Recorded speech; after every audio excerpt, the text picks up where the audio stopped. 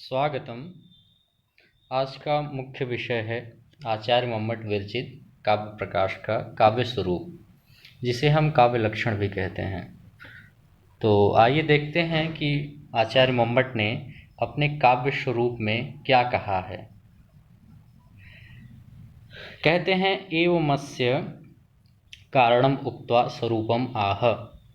एवं इस प्रकार, अस्य का अर्थ यहाँ पे है काव्यस्य, अर्थात काव्य का। इस प्रकार से काव्य के कारणम उक्त्वा, कारण को कहकर स्वरूपम आह, उसके स्वरूप को कहते हैं, अर्थात उस काव्य के लक्षण को कहते हैं। आपने देखा कि प्रथम कारिका में उन्होंने काव्य का मंगलाचरण करते हुए द्वितीय कारिका में काव्य का प्रयोजन बतलाया, और काव्य के प्रयोजन बतलाने के बाद उन्होंने तृतीय कारिका में काव्य के कारण को बतलाया, अर्थात काव्य के हेतु को बतलाया। तो वही यहाँ पे कह रहे हैं कि एवं अस्य, एवं मतलब इस प्रकार, अस्य मतलब काव्यस्य, अर्थात काव्य के कारणम उक्त्वा, कारण को कह करके, अर्थात काव्य के कारण को, काव्य के हेतु को, उक्त्वा मतलब कह करके, स्वरूपम आह, स्वरूप को कहते हैं। अब कारिका के माध्यम से बतला रहे हैं, क्या बतला रहे हैं? तददोषौ शब्दार्थौ सगुणौ अनलंकृति पुनः क्वापि। तत्पद यह सर्वनाम पद है, जिसका की अर्थ है काव्य।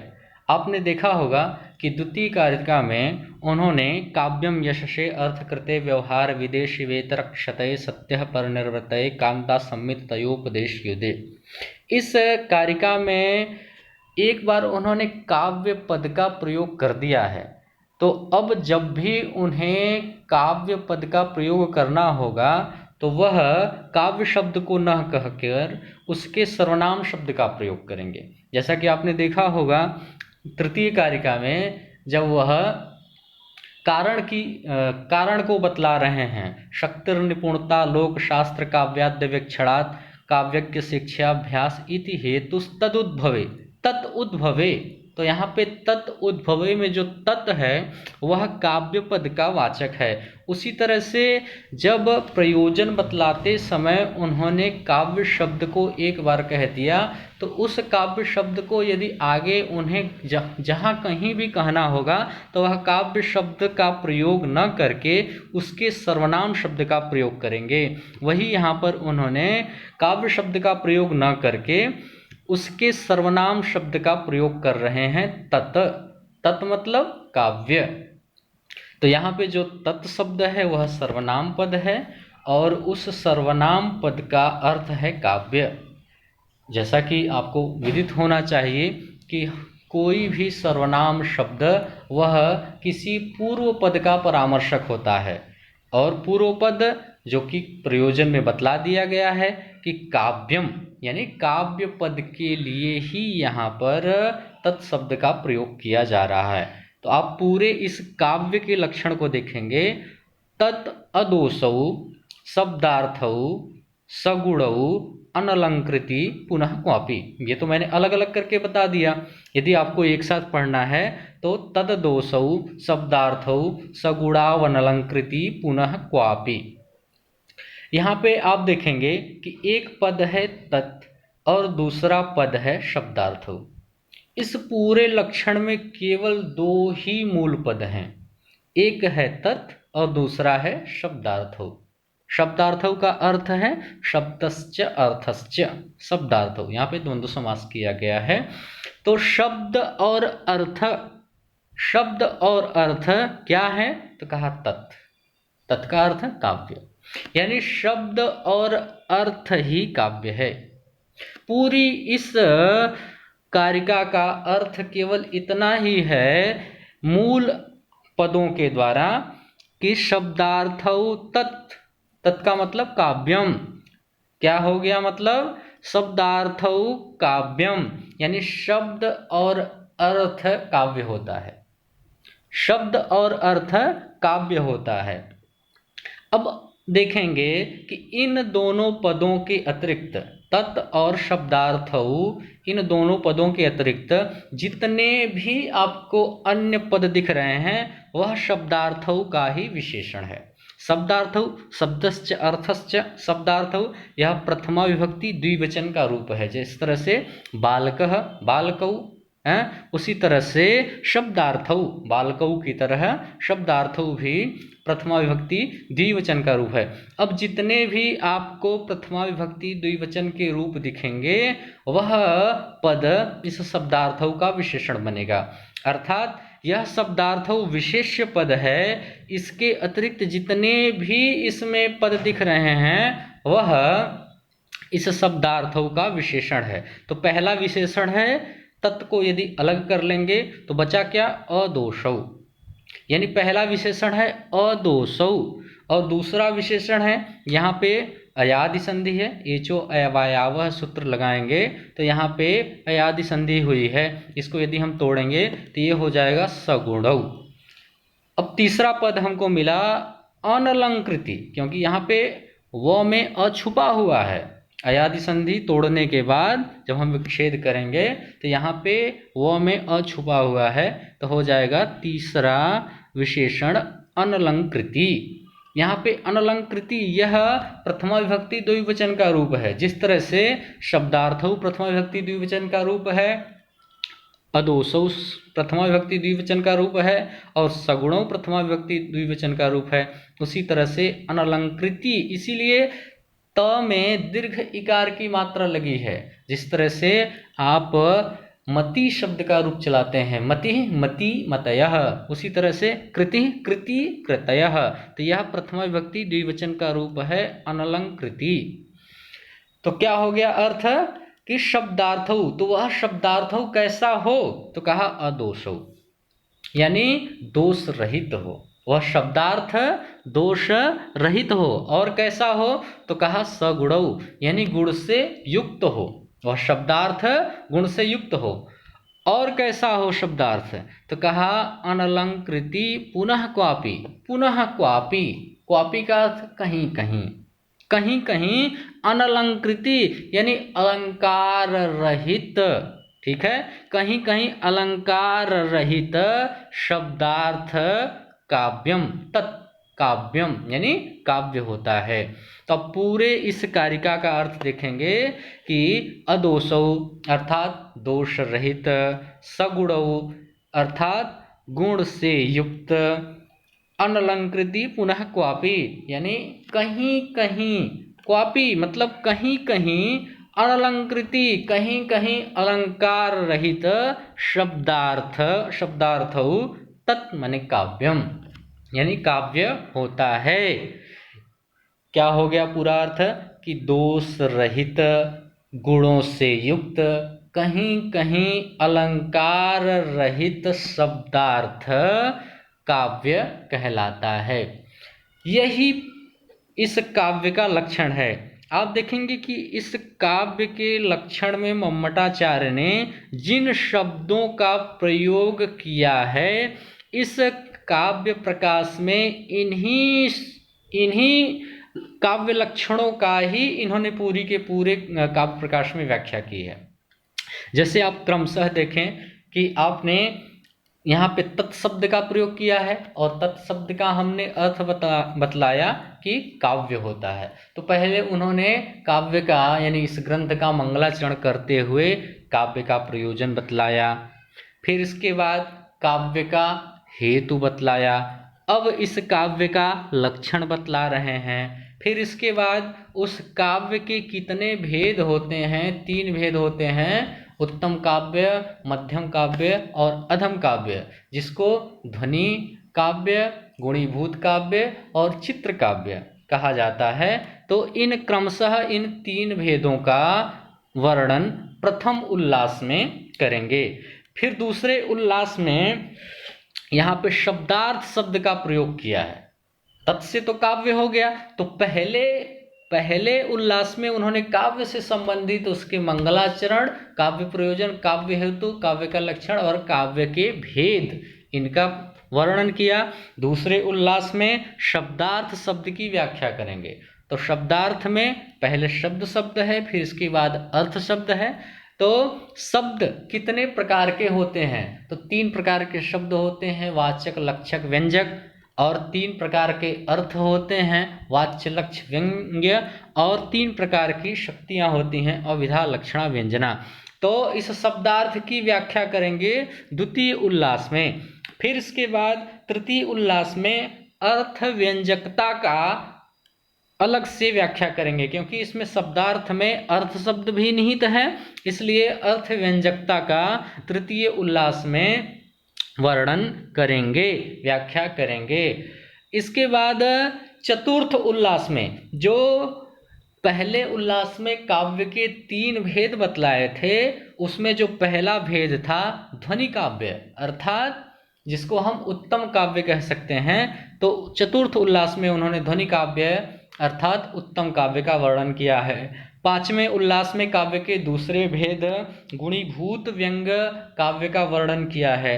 और 6ठें उल्लास में इन्होंने जो काव्य का तीसरा भेद है, जिसको हम चित्र काव्य कह सकते हैं, उसका उन्होंने 6ठें उल्लास में वर्णन किया है। फिर 7वें उल्लास में उन्होंने अदोसौ जो पद का यहाँ पे विन्यास किया है, इस अदोसौ पद से 7वें उल्लास में इन्होंने दोष का वर्णन किया है, 8वें में गुण का वर्णन किया है, 9वें और 10वें में क्रमशः 9वें में शब्दालंकार और 10वें में अर्थालंकार का व्याख्या की है। आपने देखा कि इस काव्य प्रकाश में इसी लक्षण में आए हुए जितने पद हैं, उन्हीं पदों की व्याख्या पूरे इस ग्रंथ में की जा रही है।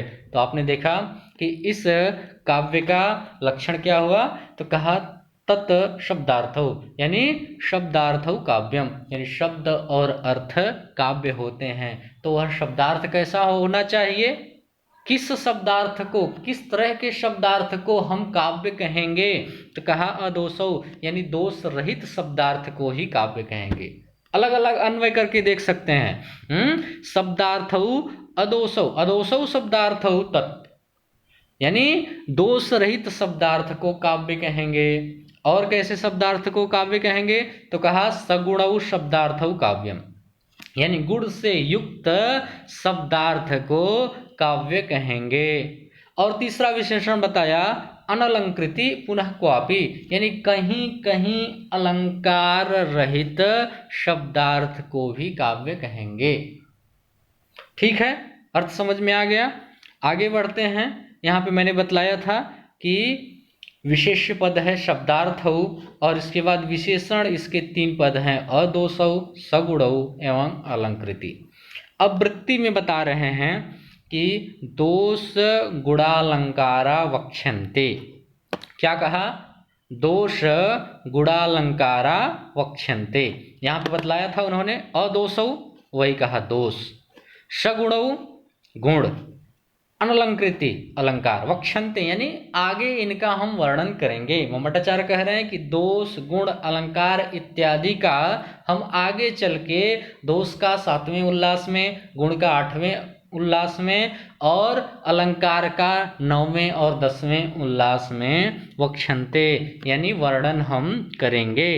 आगे कह रहे हैं क्वापि इति अनेन एतत् आह। यहाँ पे जो क्वापि शब्द का प्रयोग किया है, कहा ना पुनः क्वापि, इस क्वापि शब्द की व्याख्या कर रहे हैं कि क्वापि इति, यह जो क्वापि पद है इसका क्या अर्थ है, कहा यत सर्वत्र सालंकारो। क्वापि कहने का आशय है कि सभी जगह अलंकार युक्त काव्य होता है। ठीक है, जितने भी काव्य, मान लीजिए 1000 काव्य लिखे गए हैं, तो सभी जगह अलंकार से युक्त काव्य होता है। क्वचित्तु, कहीं कहीं ऐसे बहुत 2-4, मान लीजिए 1000 काव्य हैं, उसमें 2-4 ऐसे पद्य होंगे जहाँ पे कि अलंकार नहीं होगा, फिर भी हम काव्य उसको कह लेंगे। जैसा कि यहाँ पे बता रहे हैं क्वचित्तु स्फुट अलंकार विरहेपि न काव्यत्व हानि। क्वचित्तु कहीं कहीं 1000 काव्यों में 2-4 ऐसे पद्य होंगे जो कि स्फुट अलंकार विरहेपि, यानी स्पष्ट अलंकार के न होने पर, उसके विरह होने पर न काव्यत्व हानि, काव्य की हानि नहीं होगी, यानी हम उसे भी काव्य कहेंगे। हजारों हजार काव्य लिखे जा रहे हैं, लेकिन उसमें अगर दो चार ऐसे पद्य हैं, उन हजारों काव्यों में दो चार ऐसे पद्य होंगे जिसमें कि स्पष्ट रूप से अलंकार दिखाई नहीं देता होगा कि इसमें कौन सा अलंकार है, लेकिन फिर भी हम उसे रस की प्रधानता के कारण, जब वहाँ पे रस प्रधान हो जाएगा तो ऐसी स्थिति में रस की प्रधानता के कारण वहाँ पर न काव्यत्व हानि, काव्य की हानि नहीं होगी, अर्थात उसे हम काव्य कहेंगे। इसीलिए यहाँ पे कहा था उन्होंने अनलंकृति पुनः क्वापि, अर्थात कहीं कहीं अलंकार के न होने पर भी काव्य होता है। उसी बात को और यहाँ पे स्पष्ट रूप से कह रहे हैं कि यत सर्वत्र सालंकारो, यानी सभी जगह, सभी काव्यों में, सभी पद्यों में, सभी ग्रंथों में सालंकारो, अलंकार से युक्त ही काव्य होता है। क्वचित तो कहीं कहीं ऐसे दो चार ऐसे पद्य होंगे जहाँ पर स्फुट अलंकार विरहेपि, स्पष्ट रूप से अलंकार वहाँ पे दिखाई नहीं देता होगा, वहाँ पर न काव्यत्व हानि, वहाँ पर किसी प्रकार की काव्य की हानि नहीं मानी जाएगी। हम उसे भी, उस तरह के पद्यों को, उस तरह के श्लोक को भी मान लेंगे कि यह काव्य है, अर्थात वह कविता है। अलंकार न होने पर किसी हम ऐसे दो चार पद्यों को अकाव्य नहीं कहेंगे, अर्थात उसमें किसी प्रकार के काव्य की हानि नहीं होगी। यथा, जैसा कि यह उदाहरण दे रहे हैं। क्या उदाहरण दे रहे हैं? नीचे से देखिए, लिखा है रेवा रोधसी वेतसी तरुतले चेतः समुत्कंठते। ठीक है, रेवा, रेवा माने नर्मदा, है ना। रोधसी यानी नर्मदा नदी के, ठीक है, नर्मदा नदी के तट पर, वेतसी तरुतले, उसके जो वेतस में, है ना, तरुतले वृक्ष के नीचे, नीचे जो है चेतः समुत्कंठ थे, यानी चित्त जो है, मन जो है, क्या हो रहा है, उत्कंठित हो रहा है। यह जो पद्य है एक श्रृंगारिक पद्य है, और इसमें एक स्त्री का वर्णन है। अपने बीते हुए दिनों को वह स्मरण करते हुए कह रही है कि यह कौमार हरः स एव ही वरस्ता। ठीक है, यह कौमार हरः स एव ही वरस्ता, यानी यह माने जो कौमार हरः, यानी हमारे कौमार्य को हरण करने वाला, स एव ही वरः, वह वही वर है, अर्थात वही मेरा पति देव है। ता एव चैत्र छपाह, ता एव चैत्र छपाह, और यह वही चैत्र की रात्रि है। च उन्मीलित मालती सुरभयः, च माने और, उन्मीलित यानी खिली हुई, मालती सुरभयः, इस मालती पुष्प की सुगंध आ रही है। और क्या हो रहा है, तो कहा प्रौढ़ा कदम्बा अनिलाः, अनिला, अनिला, अनिल माने वायु, यानी कदम्ब की शाखाओं से यह प्रौढ़ा यानी प्रमत्त युक्त हवाएं, अनिल माने हवाएं बह रही हैं। सा चैवास्मि, मैं भी वही हूँ। तथापि, तथापि फिर भी, तत्र सुरत व्यापार लीला विधौ, तथापि फिर भी, तत्र माने वहाँ, सुरत व्यापार लीला विधौ, यानी उस काम क्रीड़ा के लीला में, चेता समुत्कंठते, वह जो मेरा चित्त है वह क्या हो रहा है, बार बार उत्कंठित हो रहा है। तो कहाँ पर, तो उस रेवा रोधसी वेतसी तरुतले, हैं, उस रेवा नदी के किनारे पर जो वेतस का वृक्ष है उसके तले, यानी उसके नीचे मेरा जो चित्त है वह क्या हो रहा है, उत्कंठित हो रहा है। पूरा भाव देखिए इस पद्य का, क्या कहना चाहते हैं। कोई स्त्री है, कोई कह सकते हैं प्रेमिका है, वह अपने पति के संयोग के बीते हुए दिनों को स्मरण करते हुए कह रही है कि यह वही मेरा पतिदेव है जिसने मेरे कौमार्य का हरण किया था, और यह वही चैत्र की रातें हैं, और यह वही खिली हुई मालती पुष्प की सुगंधें हैं, और यह वही कदम्ब के वृक्ष से टकराती हुई सुगंधित हवाएं बह रही हैं। सा चैव अस्मि, मैं भी वही हूँ। तथापि फिर भी तत्र यानी उस सूरत व्यापार लीला विधौ, उस काम क्रीड़ा के विधि में चेतः समुत्कंठते, यह जो मेरा चित्त है बार बार उत्कंठित हो रहा है। इस रेवा रोदसी, इस रेवा नर्मदा तट के वेतसी तरुतले यानी वेतस के वृक्ष के नीचे मेरा जो यह हृदय है, यह जो चित्त है, वह बार बार उत्कंठित हो रहा है। यह उदाहरण मम्मटाचार्य ने इसलिए दिया है कि इस उदाहरण में किसी प्रकार का अलंकार नहीं है। वही नीचे कह रहे हैं कि अत्र स्फुटो न कश्चित अलंकार, यानी अत्र यानी इस काव्य में अर्थात इस पद्य में स्फुटो न कश्चित अलंकार है, किसी प्रकार का स्फुट यानी स्पष्ट रूप से अलंकार नहीं है। रसस्य च प्राधान्य नालंकारता है यहाँ पे, और रसस्य और रस का प्राधान्य होने के कारण यहाँ पर किसी प्रकार का अलंकार भी नहीं है। आपने देखा कि जो भी ऊपर उपयुक्त पद्य दिया हुआ है उस पद्य में किसी प्रकार का अलंकार नहीं है, और रस की प्रधानता होने के कारण भी यहाँ पे किसी प्रकार का अलंकार दृष्टिगोचर नहीं होता है। तो क्या ऐसे हम पद्य को काव्य नहीं कहेंगे? तो मम्मट ने कहा कि नहीं, ऐसी बात नहीं है। इस तरह के पद्य को भी हम काव्य कहेंगे। क्यों? क्योंकि यहाँ पर गुण भी है, रस की प्रधानता भी है, किसी प्रकार का दोष नहीं है, लेकिन अलंकार नहीं है। तो कहीं कहीं अलंकार न होने पर भी काव्य होता है, जैसा कि यहाँ पर इन्होंने बताया था, अनलंकृति पुनः क्वापि, कहीं कहीं अलंकार के न होने पर भी काव्य होता है।